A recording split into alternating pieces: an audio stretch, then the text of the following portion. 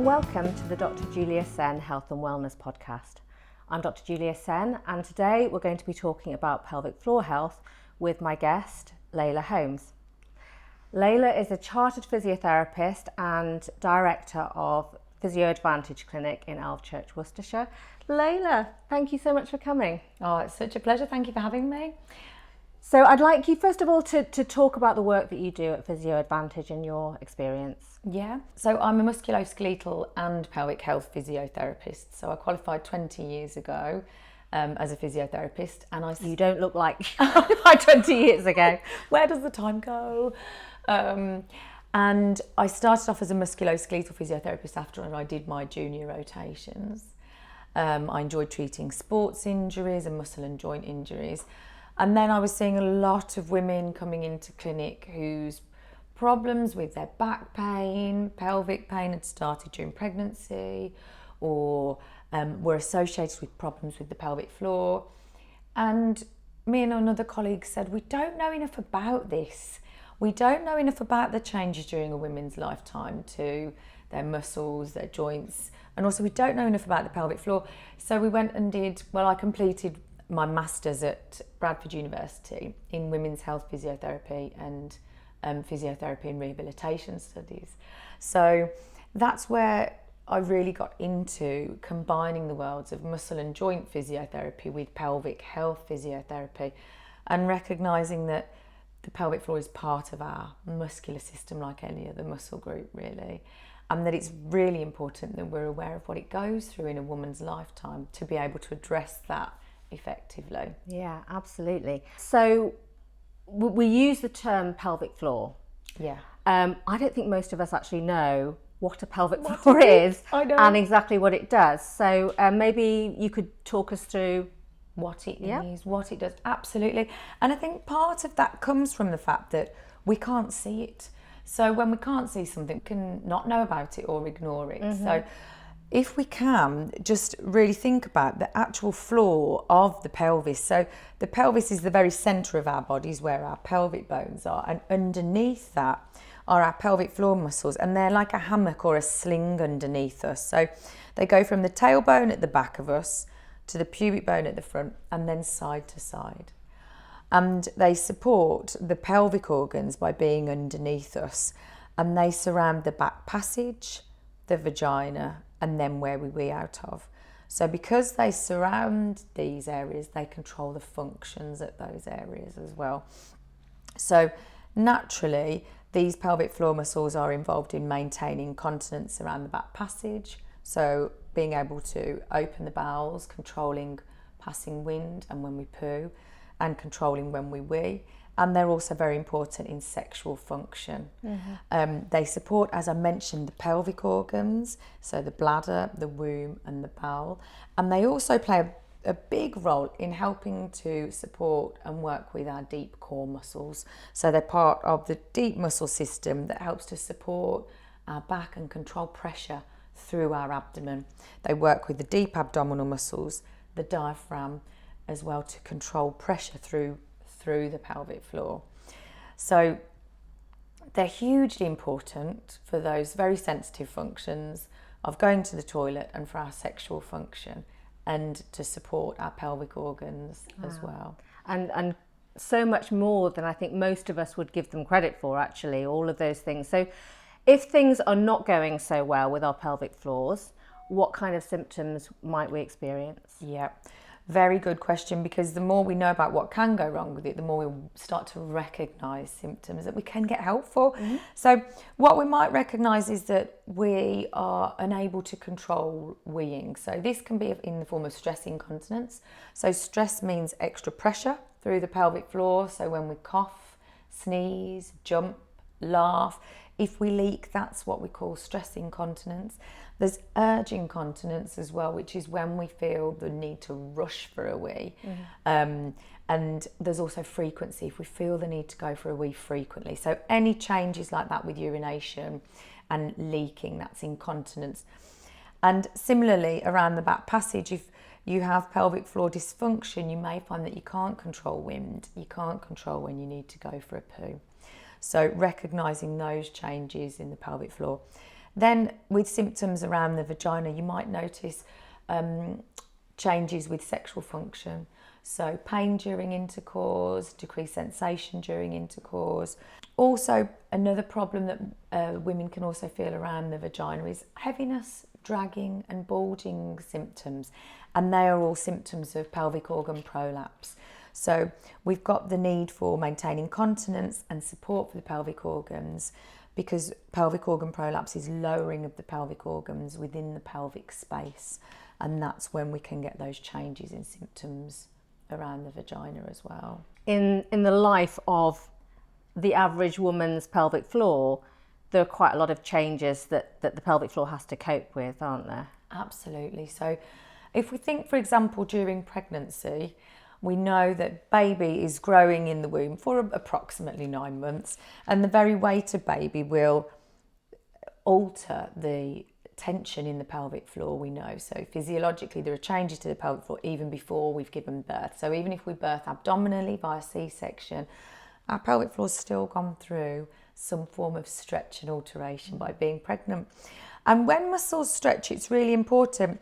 If we think tension through a muscle, when it's not stretched, is there and it's supportive, we've got good tone in the muscle. If a muscle is stretched, it's thinner and therefore weaker.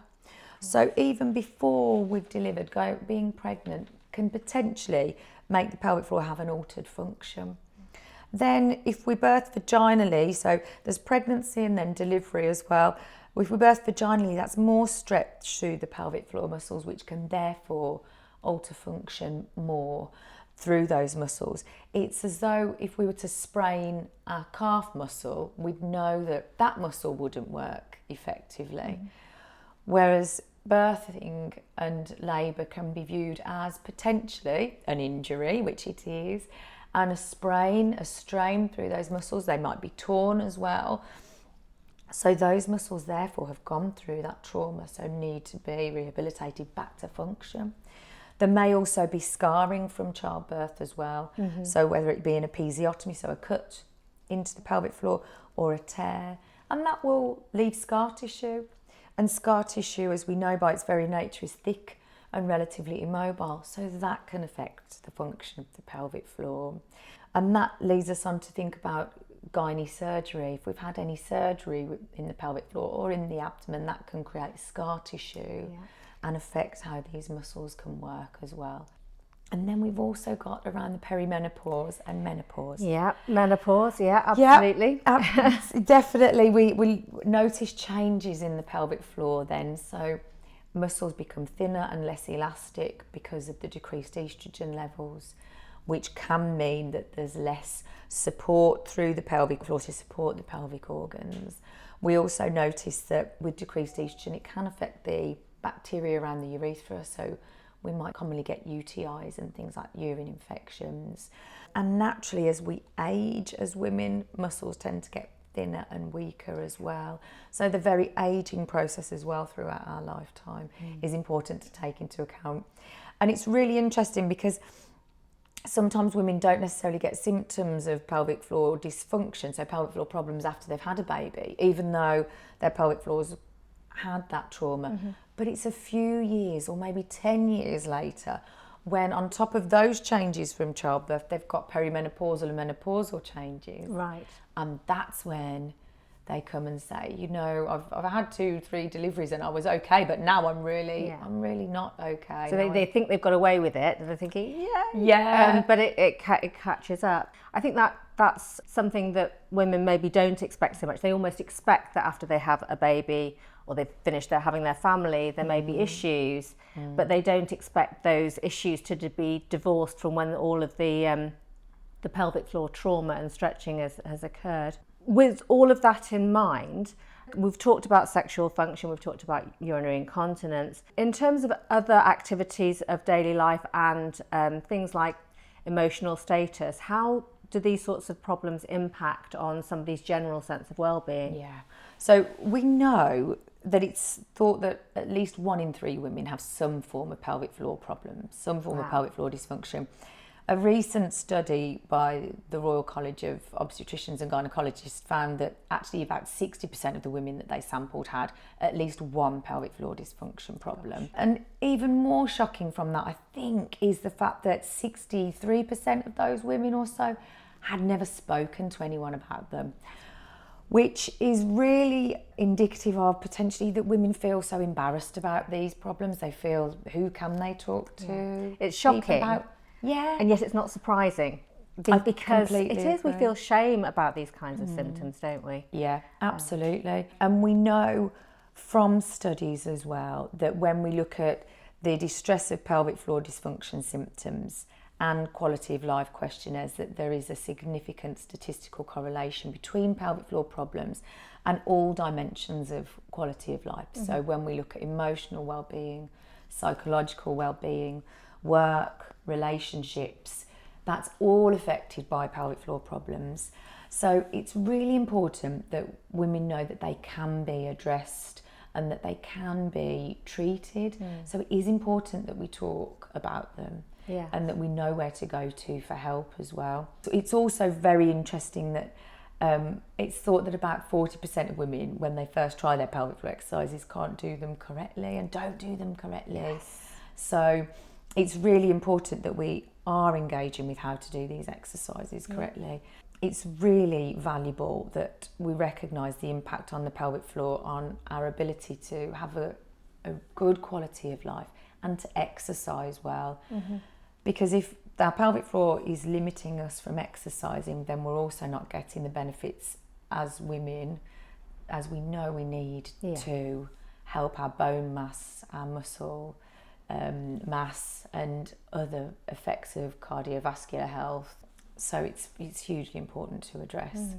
So we're going to talk about pelvic floor exercises specifically, but in terms of the kind of activities of daily life that can be helpful for our pelvic floors, what can you tell us about that? Yeah.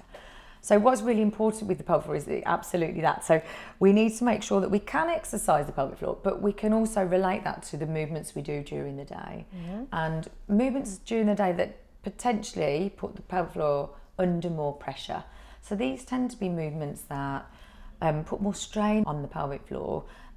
So things like bending down to the floor or to cupboards and to the dishwasher, for example. When we squat and bend down, that's a lot more force and pressure through the pelvic floor. So some women say when they squat down, I can start to feel that I'm going to maybe leak, or I start to feel something potentially lowering or heaviness in the pelvic floor. And it's because the pelvic floor is on more of a stretch as we bend down, and there's also more pressure through it. So it's important that when we're engaging with activities of daily life, that we can squeeze the pelvic floor before we do these activities. Also things like new moms like to carry babies around in slings, for example, and it's recognising that that's absolutely wonderful and lovely, but when we do have extra weight on us, that's actually extra weight through the pelvic floor. Yes.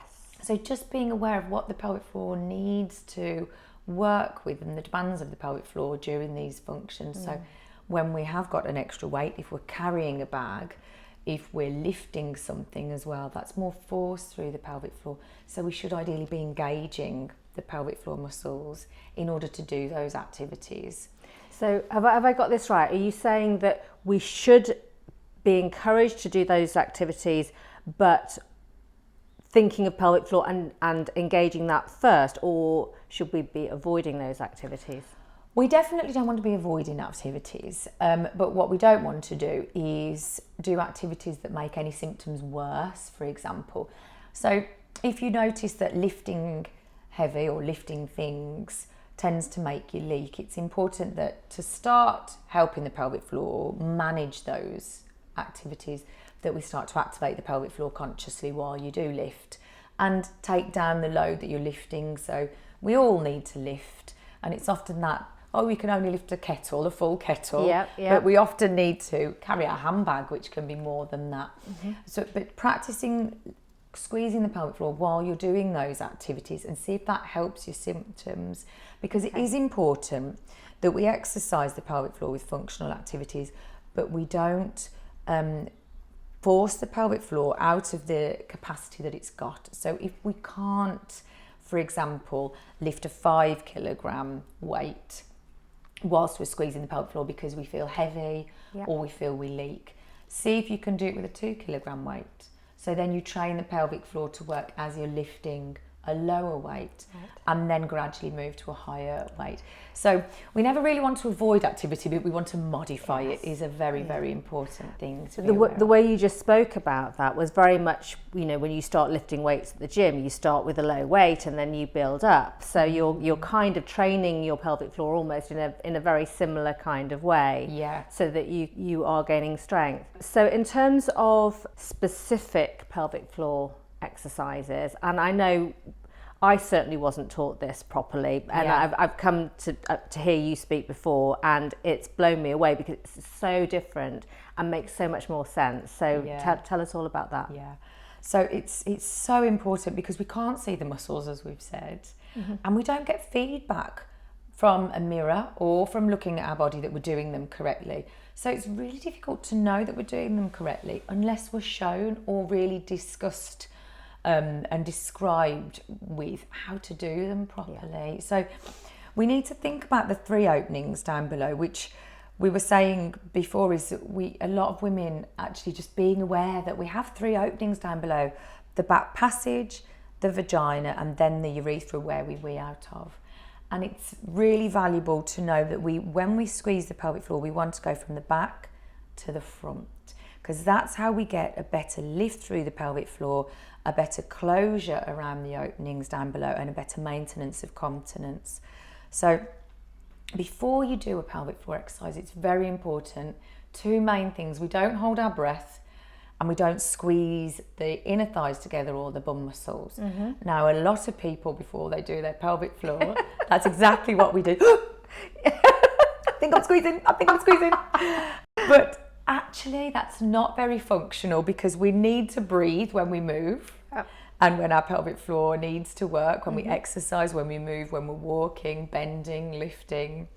And we also need to train the pelvic floor muscles in isolation, because like you said before, we have to think about the pelvic floor muscles like we do any other muscle group when we want to train it. So in order to get our pelvic floor muscles strong, yes, we need to coordinate them to work with other movements, like we've said, squatting and lifting, but we've also got to train them in isolation.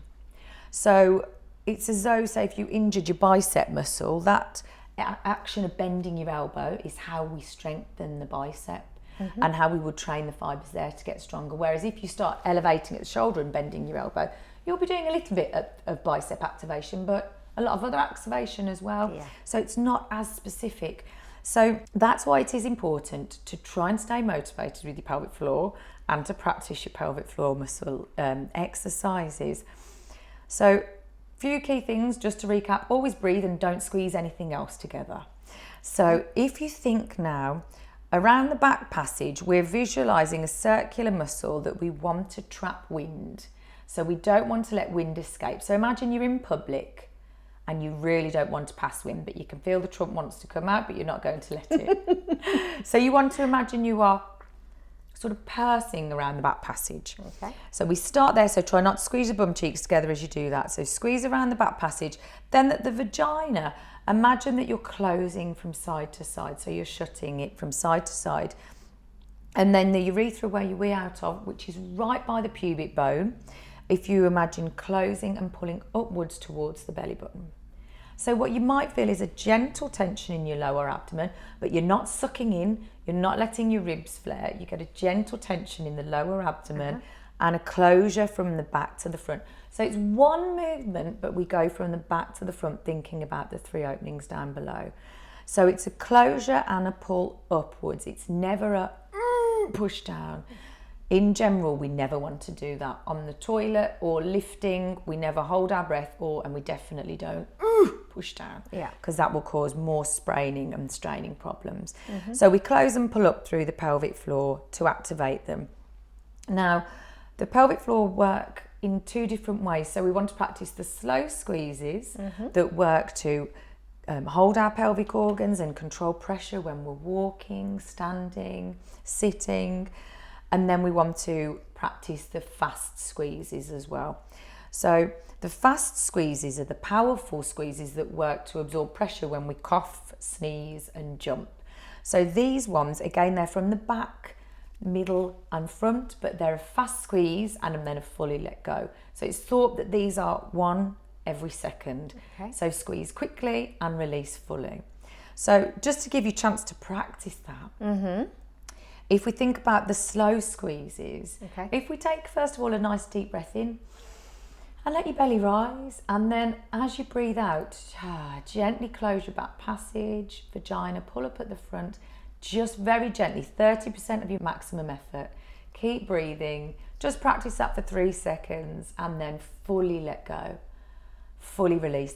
And it's as important that we release tension in the pelvic floor as that we can squeeze our pelvic floor. If we hold tension, we can get pain in the pelvic floor from overactive muscles. We can get an inability to generate enough power because it's kept at a higher tension level. So it's as important that we can release it as well. So when you're practicing training the pelvic floor, it's important to get what we call the knack, so the ability to squeeze the pelvic floor while you still breathe. So practice that by holding for just a few seconds and then releasing. And then we want to practice the fast squeezes, which are a fast squeeze and release. Squeeze and release.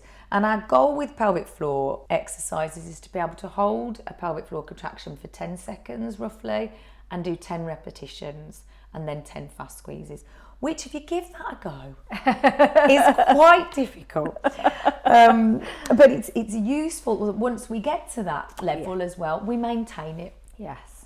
Because again, like any other muscle group, if we stop training it, it won't stay strong, it won't stay coordinated.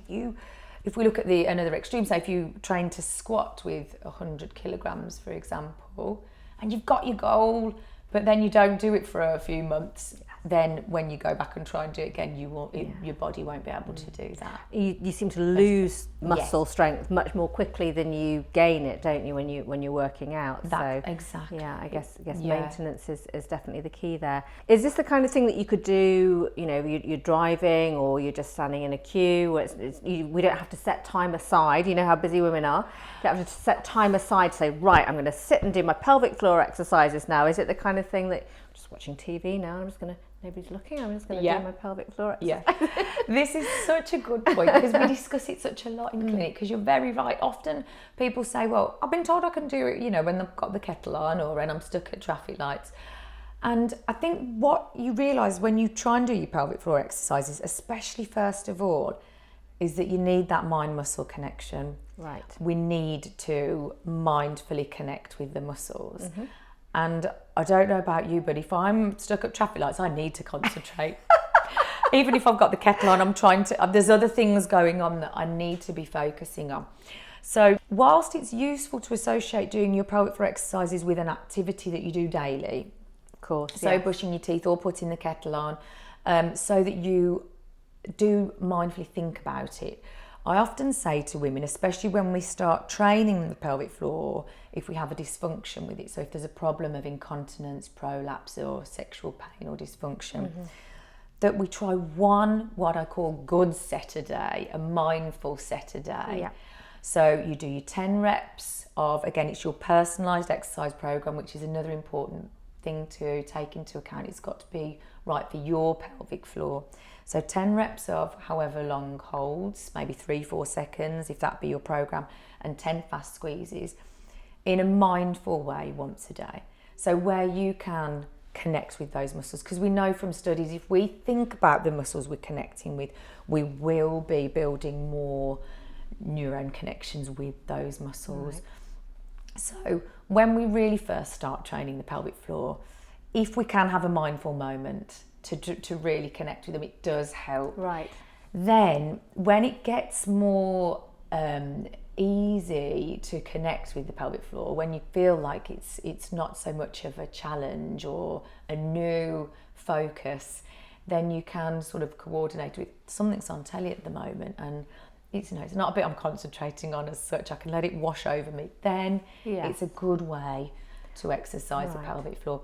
But it's a good point, because one of my ladies once said to me, I love doing my pelvic floor exercises because it's a form of meditation. And I thought that's wonderful, really, because you can only think about what you're doing at that moment, what your body is doing and feeling. And as women, yes, we have busy lives, and yes, it's difficult to stop, but we all are becoming more and more aware of the need to have that mindful, slower pace at some point in the day.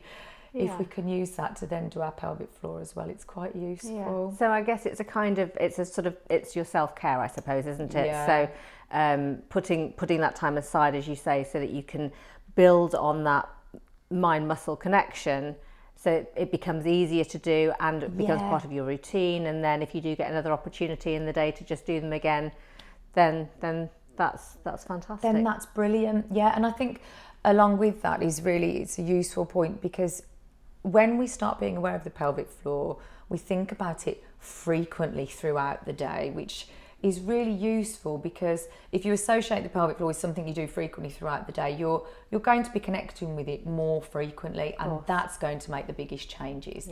So sometimes women come back into clinic and they say, oh, Leila, I've not done my exercise as much as I should have. But you know what? I'm thinking of it when I lift the car seat up, and I'm thinking of it when I get the shopping out of the boot, and I'm thinking about it, when I go on my walks uphill and downhill to absorb more pressure through the pelvic floor. And I often say that they're the most beneficial things, If we are really thinking about the pelvic floor and helping it activate throughout the day, then that's wonderful. And then if you can get your good set in a day, bonus as well. What we don't want to do with women is make them feel like they're not succeeding. Yes, and there's another thing that you haven't, another thing on the list, Absolutely. So I say, don't worry, as long as you can start to connect with the pelvic floor, be aware of what the pelvic floor is doing, and then if you can fit in a good set in your mindful time as well, and then start to do it throughout the day, that's wonderful. Fantastic. So we should all be doing this. I think it's safe to say we should all be doing pelvic floor exercises, whether we've had children or not, whether we're having symptoms or not, to guard against future problems. There are obviously people for whom, even if they're doing very good mindful pelvic floor exercises, may still have some breakthrough symptoms. And something that I wanted to introduce was this device. Yes, wonderful. So this is a handpiece for something called a Vertiva Forma V, and it's a type of radio frequency technology. So the machine that it connects to has a radio frequency, which is a form of energy, and we insert this into the vagina with some ultrasound gel. That sounds brutal. It isn't. There's no speculum involved. It's not like having a smear. It will just slide in quite smoothly. And then we gently rotate the wand, and we go from the top of the vagina all the way down, and we spend about 25 minutes just doing that slow movement, and the energy will circulate around the vagina, and it warms the tissues up to an extent where it starts to change the nature of the proteins, and it helps to start tightening. And you can actually feel, as the treatment's going along, that there's a little bit more resistance, because there's a little bit of gentle swelling around the vaginal walls as this is taking its effect. And after a series of treatments, 3 treatments for most people, they'll be noticing a benefit, sometimes even after the first treatment for some women. This is really helpful for people with things like stress incontinence and people who are having difficulties because of painful sex, because they're not terribly well lubricated. It's a kind of rejuvenation technology. We use radio frequency devices to rejuvenate facial skin, for example. So this is similar but different. There's no needles here, but it's a pain-free, non-invasive way of augmenting the effect of pelvic floor exercises for people who maybe aren't quite so severe that they need surgery or would want to undergo surgery, but are having difficulties. So it's not a substitute for that by any means. We should all be doing that, but it's worth knowing about, because again, we don't talk about this. Yes, so absolutely. One of the reasons that I was so delighted that you agreed to come and talk to me at the clinic today was because I think we're agreed that we need to talk about these issues more openly, and women should be encouraged to seek help and not to feel ashamed of their symptoms, and to avoid activity, particularly because of the concerns that these symptoms tend to raise. So I think it's fair to say we should be talking more with our girlfriends, our families, our partners, and making this a much less taboo subject. And I think people will then be more eager to seek help rather than just wear towels. That's it. It's the management things that are out there to combat incontinence, are useful at times, but we need to be aware that we can do a lot to help these symptoms. They are very treatable and manageable. And I think if we can put the knowledge out there and the education to women, but also, like you say, if we can start to put this knowledge and education to women, girls throughout our reproductive lifetimes. So if we can get education to schools, it would be wonderful. Educating girls about their pelvic floor, about pelvic health.